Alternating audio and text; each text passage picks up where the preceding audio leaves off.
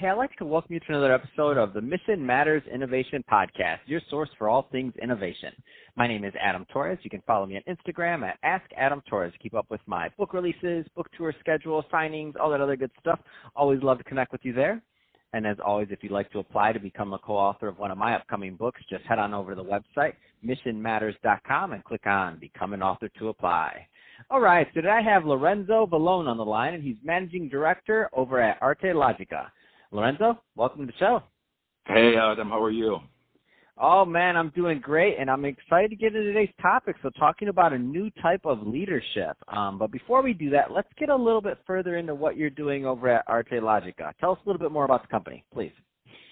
Sure. Thank you so much for the opportunity to chat with you. Arte Logica is really sort of it's a new mission for me that's about to launch. I've spent about 25 years in the digital innovation and transformation space, working across a lot of industries. And what I found over time is that the projects that really meant the most to me, that I really valued, were the ones that had a social impact of some kind, whether it was working in education or environment or social justice. Those areas really resonated with me.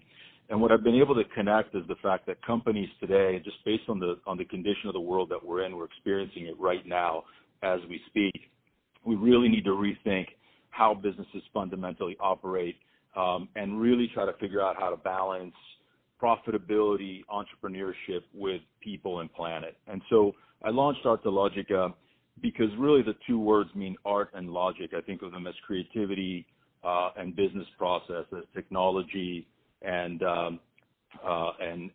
art sort of fusing together to be able to look at companies from a different angle and really set a new course and a new trajectory for them. And so what do you think this new type of leadership or these new type of leaders need to be thinking about when they're as we move forward? Yeah, so really what they're thinking about is how to bring all of the experience that they've gained over the years working, many of them across very specialized industries with different expertise, different areas of interest, and really sort of thinking about how they can help to bring forth new technology that can help companies become more efficient, more profitable, more sustainable, and at the same time really make the mission of those organizations highly focused on people, what I call people and planet. And really it depends on every organization. It could mean everything from, for example, what Tom's is doing with shoes, in terms of giving a pair for every pair that someone buys. And it could be, fundamental, like what the Gates Foundation has done in terms of investing money and really doing it for the betterment of the world. So it just depends on the organization, but the idea is that going forward, companies, in order to connect with the millennials and the Gen Zs, are going to have to think about this and really make it a strategic imperative. And so my goal is to bring together, I call it a decentralized group of consultants who all have their background and their stories, and really bring them together in a collaborative fashion to help companies achieve this new way of thinking. And so where do you think some of the and I know this is going to vary from company to company and obviously size of company, all these other things, but what do you think are some of the low-hanging fruit, like opportunity areas that companies can think about like today?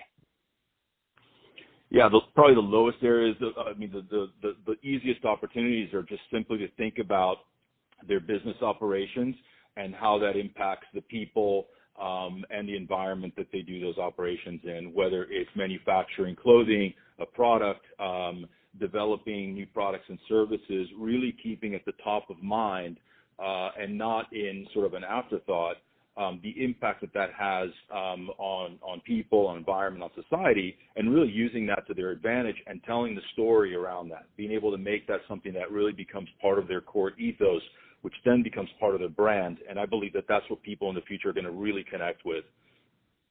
Yeah, I think it's pretty exciting. And like the example you gave of Tom, so I feel like when Tom's came out, because they're such an old company in the space, they're like, it may not have been like, they really had to be visionaries in creating that double bottom line type of model of the giving and also, growing the company. But I feel like now that same trade-off that they initially paved the way for doesn't necessarily exist as much. So meaning you can have a company focused on people and planet, and you can do these other things and it be actually good for business and not be a trade-off.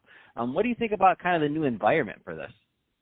I think the environment that we live in today, it's not really a matter of if to do it. It's really more of a question of how to do it.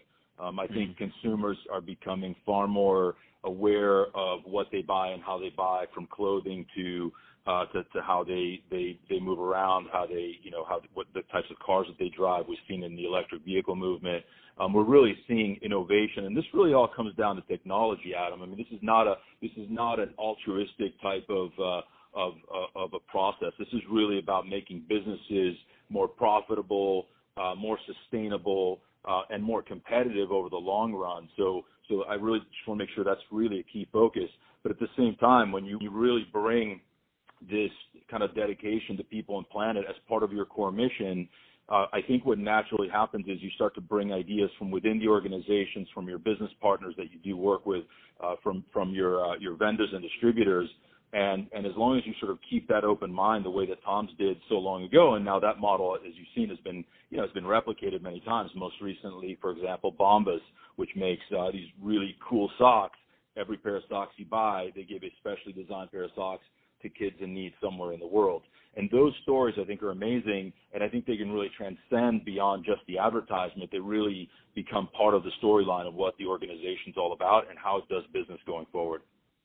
Absolutely. And so what type of businesses do you plan on working with? So I know there's a lot of business owners, entrepreneurs, executives listen to this show, and they're always looking for new resources, new people to work with to elevate their business. Are there any specific niches or sizes of companies, just so that the right people follow up with you?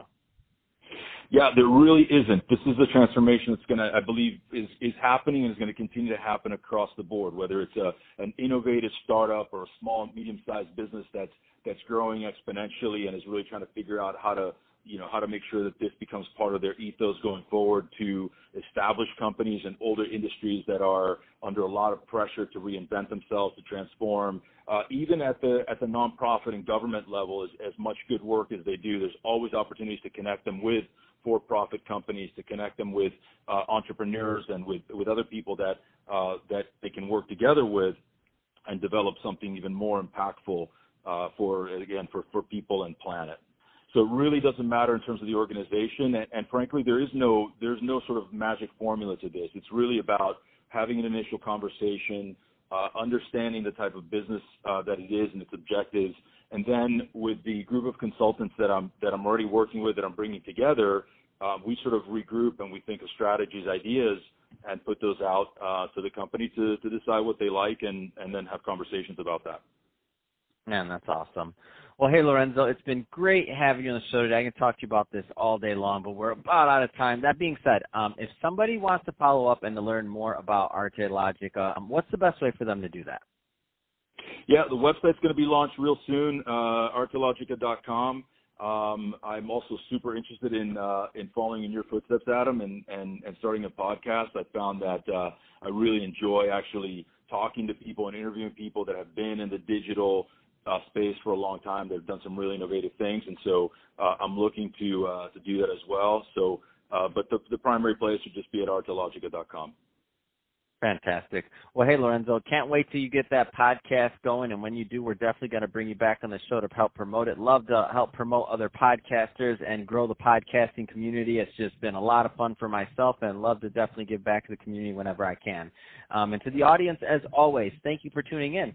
Hope you got a lot of value out of this. If you did, don't forget to subscribe to the podcast and leave me a review on the Apple iTunes Store. If you're listening to this on our YouTube channel, Mission Matters Innovation, definitely give us a subscribe there, but also leave us some comments. Love to hear what you're working on and what kind of projects you have going on. And Lorenzo, thanks again for coming on the show.